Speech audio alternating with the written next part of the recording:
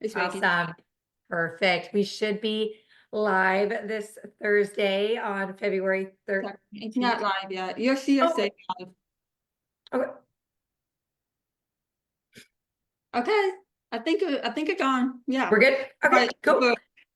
So happy Thursday.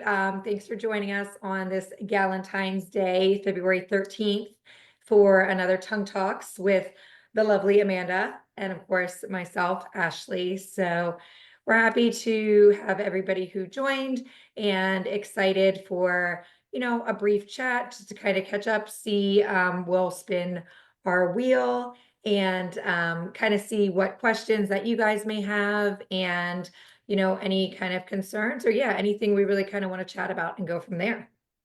So really excited. And as you all should know by now, this is the lovely Amanda Zubricki. She is with the Myo Project, based out of Raleigh, but she does virtual sessions as well. So she is your go-to lady. Yeah, hold on. All right. Thank you so much. Hi Casey. How you doing? Hey, Cass. Hey, good, thank you. Thanks for hopping on. All right, so we're here to talk about all things tongue-tied. I'm based in Raleigh, North Carolina. My name is Amanda Zubricki. Some of you guys may know me as Dr. Others. I'm also a myofunctional therapist, and I own a practice in right here in Raleigh, North Carolina. Yeah. Awesome. And yes, for those of you who know me or newbies, but I'm Ashley Dorado. I am a myofunctional therapist based out of Charlotte, North Carolina. And I also have the ability and opportunity to see clients virtually as well. I have been, my practice will be coming up on 2 years in July, which is exciting. So lots of just great things ahead. And we get so excited to just continue to spread the word about myofunctional therapy. So that's why we, like to hop on and just kind of touch base a little bit and answer any questions. All right, so should we go ahead and spin the wheel and go from there? Yeah, definitely. All right, let's do it. All right, I'll try and hold it balanced. All right, so we have our questions already on here. Get it.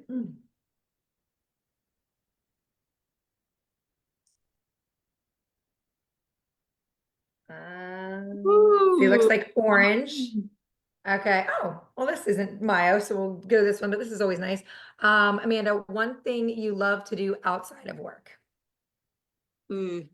So outside of work, gosh, where do I start with that? So I definitely love spending time with my family. When I'm not around with my kids or my husband, I like to get some downtime working out, just to breathe a little bit, because life can be so hectic lately. And I think self-care is so important, so you'll feel that burnout happen. What about you, Ashley? Definitely. Yeah, I think the burnout is real for sure. And just trying to, kind of keep in mind that, we have to take care of ourselves so we can take care of our families and our clients and everything. I'm excited for the weather to get a little warmer. I want to do a little bit more tennis or pickleball this year. And just, I like the outdoors, the sunshine, the vitamin D is really just so helpful for me. Yeah. Cool. All right, we'll spin again. Ah.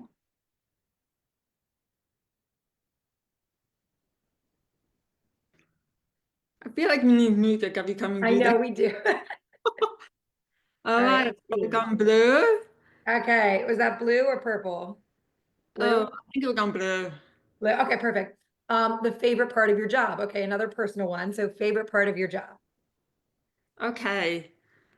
So as a myofunctional therapist, I love to see the outcome at the end of the program, because it makes you feel good about reaching their goals that they've worked so hard towards. And it's a commitment with the program. When we come up with these treatment plans, they're customized based on their needs. Sometimes the treatment plan constantly have to change, because you know, they may not be able to do one thing, and then you're trying to like make it better for one thing or make it harder for them. So I think it's so cool to see them breathing better, sleeping better, swallowing better. Yeah, all of the good stuff that they need to optimize their health. What about you? Yeah, it's so rewarding. I mean, I think we really are lucky to be in such an incredible field. I mean, I definitely, of course, like the end, the outcome, all of the things putting together. I think I mean, I was talking to somebody this week, I really like doing the functional evaluations, like the initial intake, where that's sometimes like the first kind of like light bulbs going off for potential new clients. And we're kind of putting the pieces together of, why they may be experiencing these symptoms, or, a lot of things. Well, I thought it was normal, or I thought, my pediatrician said it was fine. So I really like kind of putting those dots together. And even I think like the first like couple sessions are always so exciting too, because we can see, early on some changes. I know one of a drastic one for a client recently is her son. So he's I think 8 or 9, and he has a really strong, we know it as the mentalis muscle, but a chin muscle. So if you ever have issues brushing your or your kid's teeth, if your lip kind of comes up, or as a hygienist, we know we have those patients where you have to just really try and battle their lip. Exactly. Well, after just the first session, it was probably a week, we had touched base, and already she was able to brush his teeth so much easier than before, which, is a small win. That wasn't like our ultimate goal of therapy, but just I think seeing those little wins along the way, and then getting to that final, just like, like you said, changing therapy, seeing what works, making things more difficult, or going through a release, and then just, yeah. So I guess basically all of it is what. Absolutely, yeah. And I think it's so important, especially with someone who has sleep apnea. Like if we can do one thing to help them improve their sleep and eventually, hopefully get them off the CPAP, because they don't want to be in that forever. Yeah, because that's a huge win for me. For sure, exactly. And like we say, like that's not necessarily our goal. It may be our patient's goal, because treatment, prescribed treatment when indicated, but it's so great when that happens, because, pretty simplistically, we're able to tone and coordinate those muscles of the tongue, the soft palate, which really plays into sleep apnea. So I agree. It's so exciting to see all of the cases, right? Because we are all so unique, and we all have varying concerns. So it's really fascinating to see. But yeah, the obstructive sleep apnea cases are just, it's incredible. Yeah, I love love that you feel good about it too. So it's good that love what we do. Yeah. Yeah, definitely. Feel again? You want to? I know, Okay. we're all over it today. Okay, let's see here. Some music. Oh, Is that spin orange? again. Spin again. Let's just go to this one. We'll go to purple. How's that? Is that Ah, okay? Okay. How is bad breath and mouth breathing related? Great question. okay.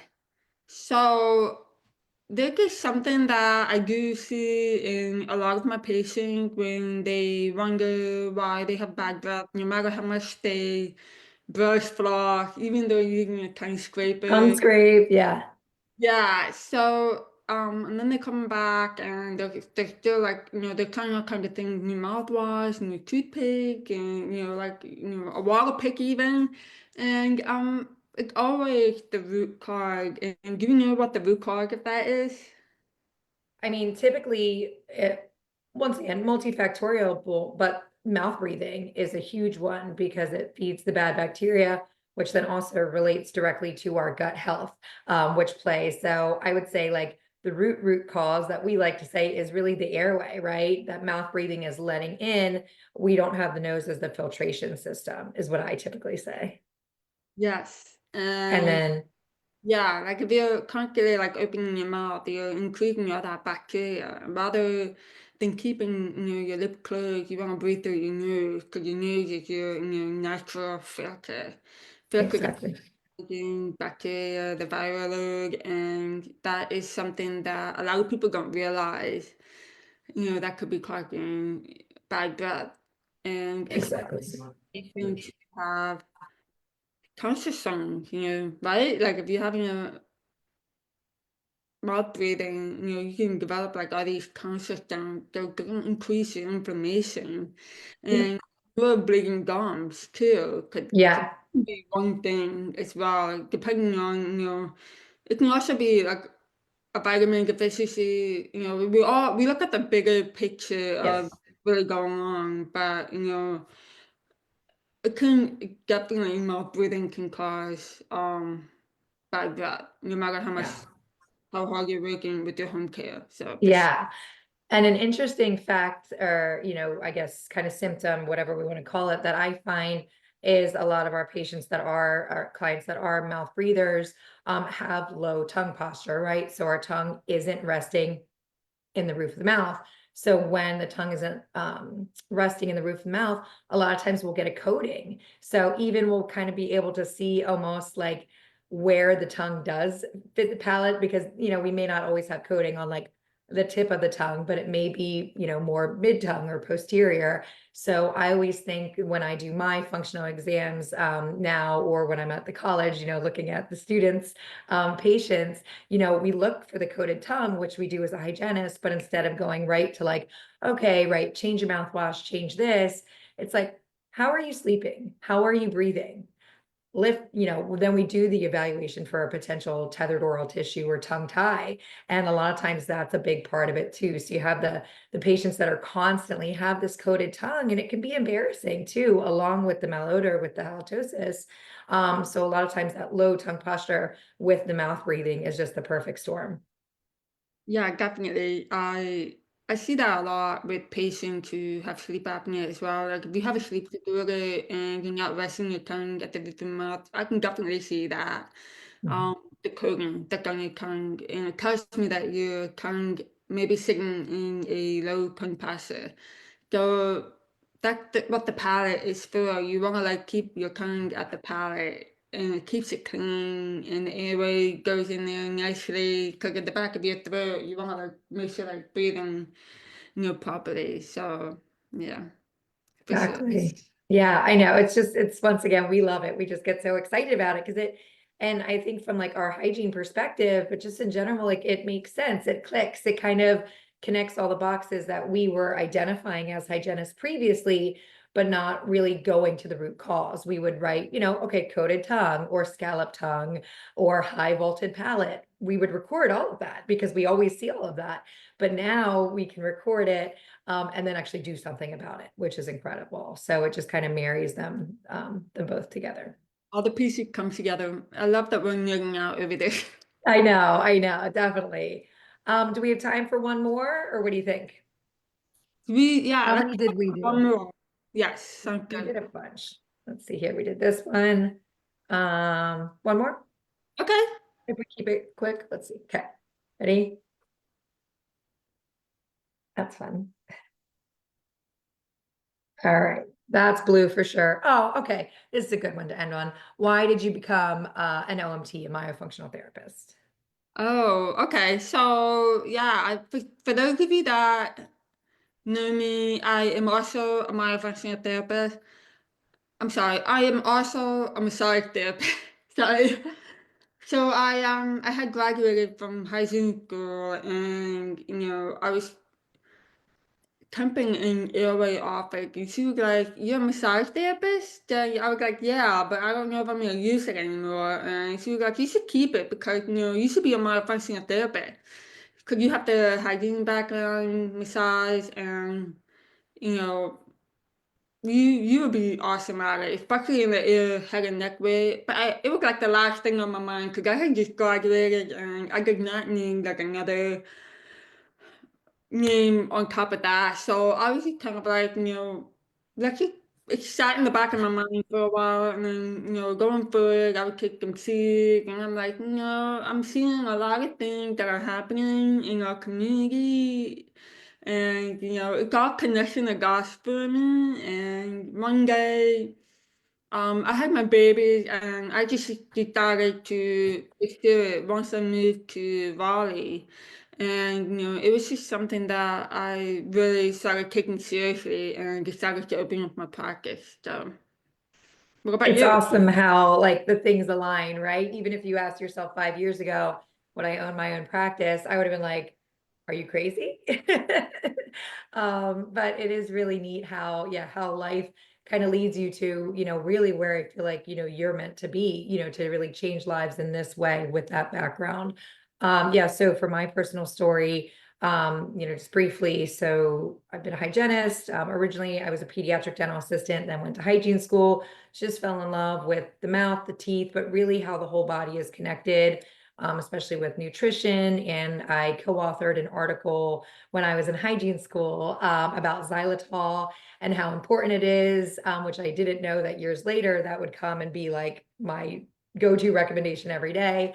But I have been practicing hygiene, and then I had my daughter and had a lot of issues, difficulties nursing and latching, and kind of everywhere I went, we were like, or the providers were like, well, she has a mild tongue tie, but she's gaining weight. And meanwhile, she had reflux. We put her on medication. It still didn't help. I wore black for 10 months. I always say that thankfully I like black, but it was just because she was constantly spinning up, and just, that was one part of it. And when I look back, her mouth was always open, and just these signs now that I see. But at that time, I kind of felt crazy. I was like, okay, I guess this is just how bad it's supposed to be. We just have to deal with it and, move on. And so that's what really kind of prompted me down the path. And then just to continuing, like I started hearing about it, working at the college. And I was like, okay, I feel like this is my calling. It brings in psychology, it brings in the clinical aspect that I love. And it really puts all of the pieces together. So yeah, opened the practice and absolutely love it, and couldn't imagine doing anything else. So yeah. Yeah, I completely forgot you psychology because I have a degree in psychology too. So, I That's mean, right. we wear so many hats. Yeah, yeah. And it plays in. Yeah. And yeah, it's fascinating how it all kind of builds. And I think definitely our love for learning is what makes and what helps stand us apart, I think, potentially from other therapists, because we do have a bag of tools and we're continuing. I know you're taking a breathing course, we take a course now, and I'm in, airway circle and did an aesthetics course. So we're always yearning for more to help our clients. And that's what it comes down to, just continuing that education and, finding the research, to bring to our clients to bring it up. So I think that's exciting. And that's why we also get along so well. Yes, absolutely. Okay. I think that called it. So, I think we're just gonna say goodbye. If anybody had any questions that they'd like to ask us, feel free to leave it in the comment in the chat section wherever you are, and we'll save it for next time. We will see you once a month, every one Thursday every month. Okay? Yep. So, check back on our Facebook page for any updates, and we will see you then. So thank you for joining us. Okay? Bye, Amanda. Thanks, everybody. All right. We'll see you in March.